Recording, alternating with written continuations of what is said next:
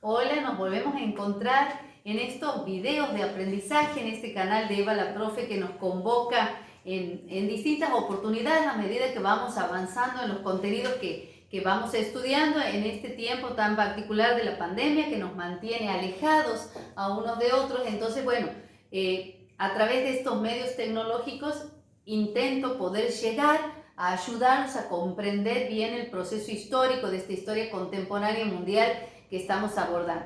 Y si se fijan en la pizarra, el tema de hoy es Revolución Francesa. Y la revolución, como su nombre lo indica, es todo un proceso que ya veníamos estudiando porque venimos de la revolución industrial.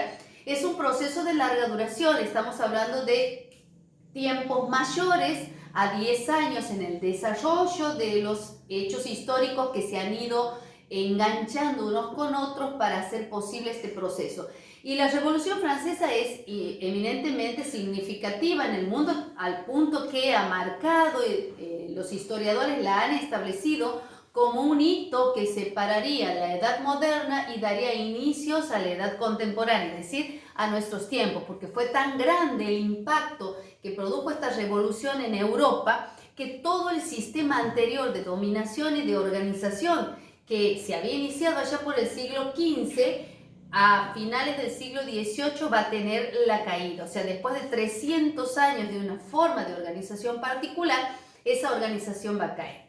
Entonces, esta Revolución Francesa, aquí nosotros la hemos planteado, la vamos a plantear desde la realidad social inicial, es decir, cómo empieza esta revolución, qué había en Francia desde lo político, desde lo económico, desde lo social, desde lo cultural, al momento en que se produce la explosión de esta revolución.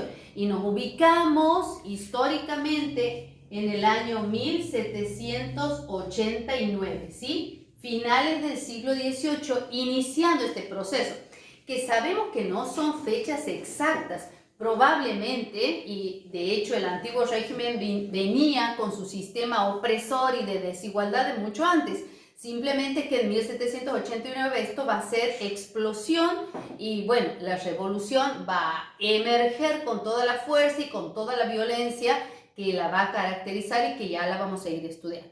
Entonces, iniciamos con la realidad social. ¿Cómo estaba Francia en 1789? Algo nosotros ya habíamos comenzado a ver, pero igual lo vamos a ir aclarando en este video. Desde esta situación inicial vamos a considerar el antiguo régimen como una forma, el antiguo régimen de organización político, territorial, administrativo, social, económico que caracterizó a toda Europa del siglo XV al siglo XVIII.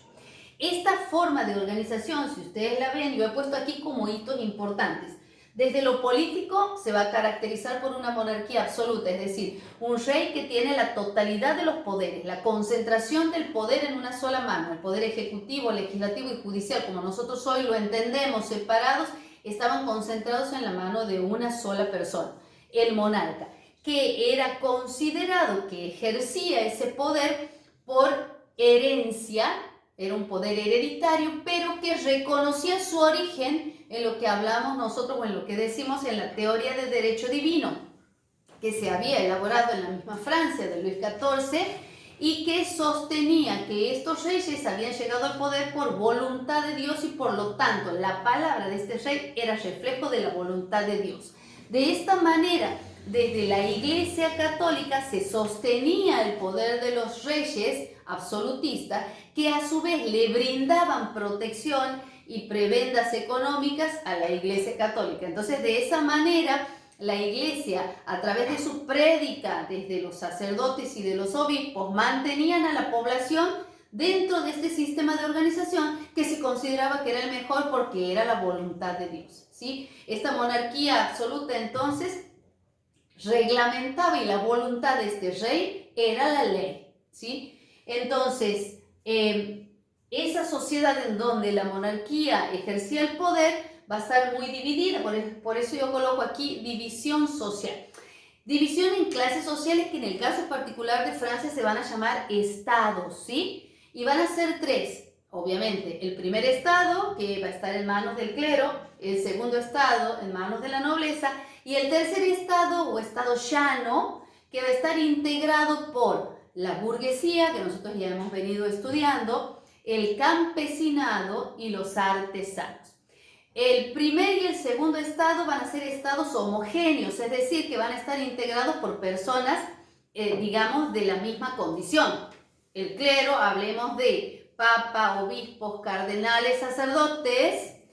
La nobleza, y hablemos dentro de la nobleza, los reyes, príncipes, duques, archiduques, todos los títulos nobiliarios van a ser homogéneos porque van a pertenecer al mismo sector. En el caso del tercer estado va a ser un estado heterogéneo porque va a estar conformado por personas de una condición económica importante como es la burguesía, algunos miembros de la burguesía pudiendo llegar a ser nobles por compra de títulos o por enlaces matrimoniales, pero con grandes masas de fortuna. Y por el otro lado, los campesinos que van a tratar de subsistir y sobrevivir desde la explotación de los campos, teniendo que pagar un tributo. Y por el otro lado, los artesanos que de alguna manera van a tener trabajo en función de que este burgués les provea de la materia prima para realizar los trabajos y transformarlos en manufactura, de producción artesanal, y van a obtener un dinero a cambio de eso. Entonces, el tercer estado es bastante heterogéneo. Hablamos que dentro de ese tercer estado la burguesía va a ser como el sector más importante, más preponderante, no solamente por tener la fuerza del capital, del dinero acumulado por el comercio, sino también porque ese dinero los va a llevar a poder realizar estudios en universidades que les va a proporcionar un cierto nivel de conocimiento, a diferencia del campesino que nacía y moría en esa clase social absolutamente ligado a la tierra y a la pobreza. Este sistema de división en estados es lo que va a predominar en esta Francia de la Revolución. Desde lo económico menciono aquí el mercantilismo, que es un sistema económico basado en la acumulación de oro y plata que tenían los estados. Es decir, un país va a ser más poderoso que otro en función de la cantidad acumulada que tenga de metales preciosos, de oro y de plata. Por lo tanto, el Estado, es decir, el rey, va a controlar ese comercio para evitar que se compre en menor cantidad, porque uno al comprar está entregando un dinero, entonces ese dinero en oro y plata se va. Y va a priorizar la venta, es decir, la exportación, y con, por supuesto, injerencia total del Estado sobre estas actividades económicas. Este va a ser el panorama en líneas generales que ustedes van a empezar después con los libros de texto a ir ahondando y ampliando la información. Desde lo cultural, hay un movimiento cultural que está sucediendo, dándose en Francia y también en otros países de Europa, que es como una continuación del movimiento del humanismo y del renacimiento que hemos visto allá en el siglo XV, donde el hombre, el antropocentrismo va a estar muy marcado y el hombre va a ser considerado desde la razón, ¿sí? La razón humana va a ser considerado como un sol que ilumina todas las cosas. De ahí también es que podamos ver a las ideas de la ilustración o del iluminismo como si fueran sinónimos, ¿sí? Todo aquello que no era comprendido por la razón humana entonces no debía ser tenido por cierto y por lo tanto no debía ser aceptado.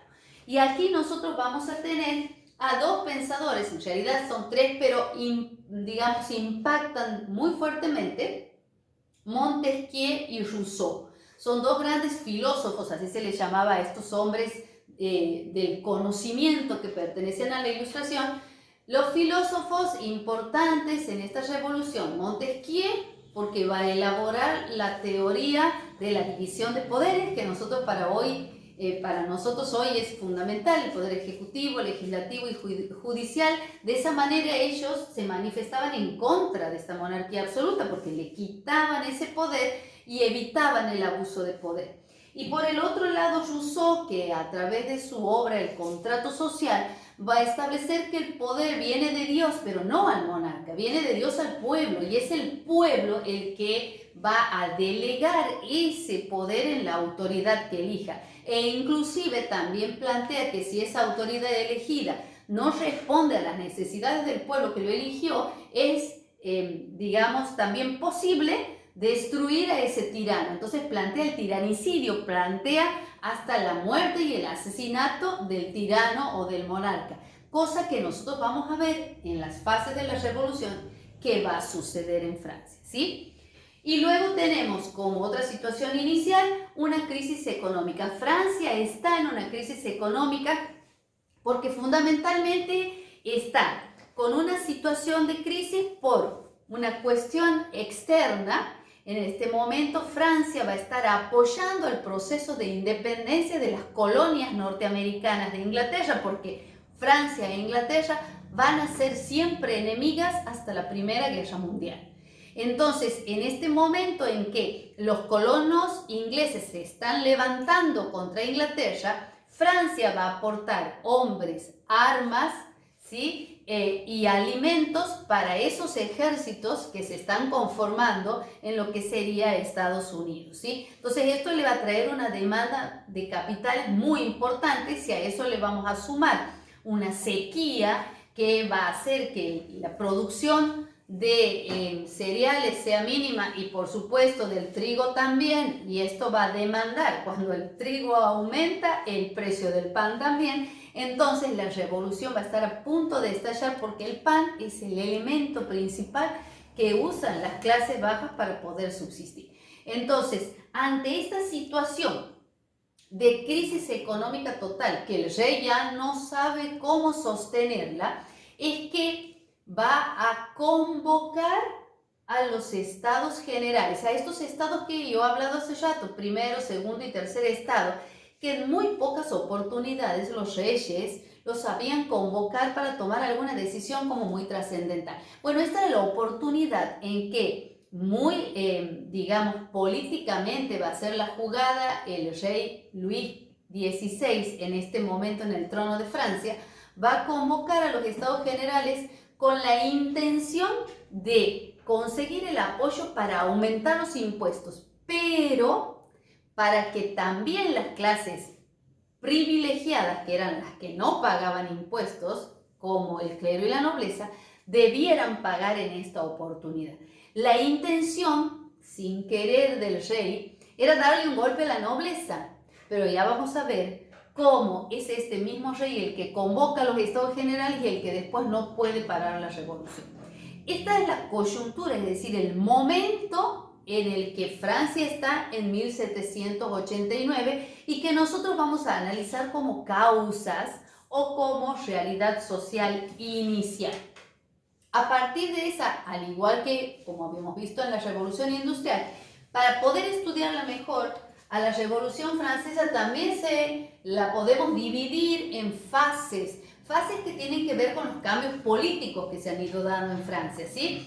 En este caso, la primera fase que surge de la convocatoria a los estados generales va a ser la constitución de la Asamblea Nacional. Cuando este tercer estado, que vamos a estudiar nosotros, se va a enfrentar con los otros dos estados a raíz de cómo se va a votar, este tercer estado se va a constituir en soberano y se va a transformar en una Asamblea Nacional que va a dar origen a la primera constitución que va a tener Francia, donde se va a dividir el poder y va a terminar la monarquía absoluta y va a dar paso, lógicamente, a la monarquía constitucional, con un parlamento, con tribunales de justicia y con un rey que está limitado por un parlamento y una constitución.